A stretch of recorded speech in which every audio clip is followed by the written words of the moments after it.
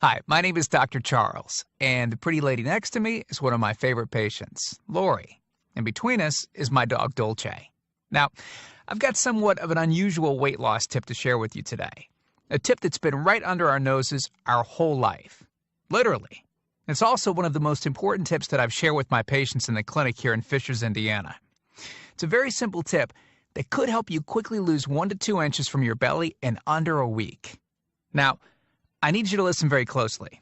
This video contains one of my biggest fat-burning secrets.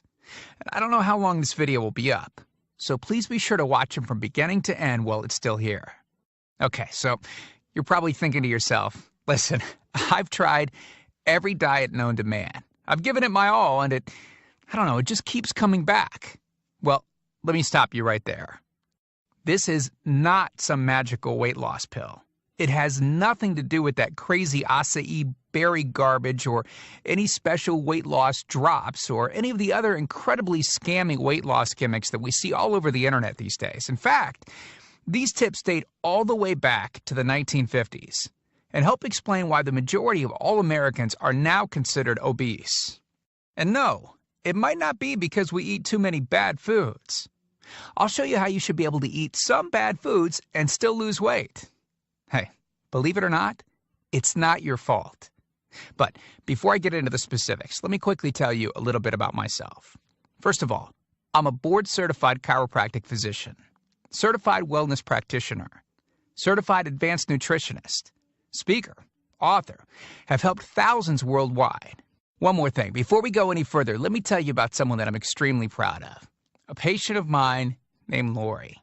Now, she was your typical working mom with 3 children to take care of. Yes, I said 3. Lori was my guinea pig at the beginning and helped me create this program.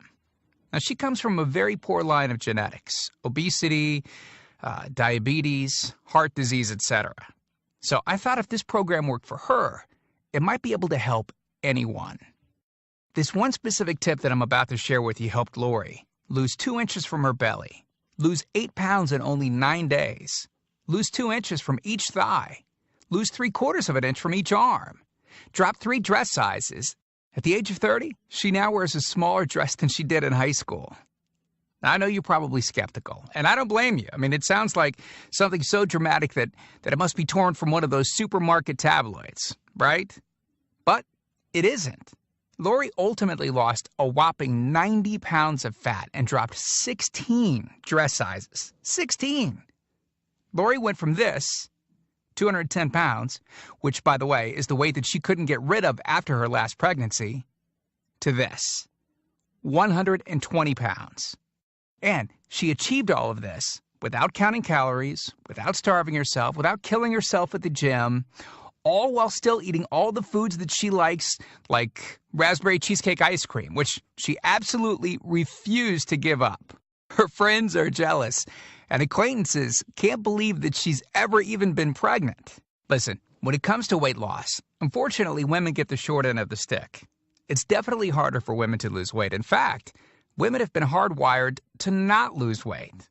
And no matter how cheesy what I'm about to tell you sounds, it all makes perfect sense if we stop and think about it. Let me explain. It all stems back to the hunter-gatherer days of our ancestors. Men weren't built for fat storage at all. Men were built to be lean and fast to hunt food. How men can even accumulate fat at all goes completely against our genetics. On the other hand, women were built for fat storage to be able to survive and care for children during famine. Their essential minimal fat stores are many times higher than men. Women were built to accumulate as much fat as possible and to not lose those accumulations for childbirth, milk production, and child rearing.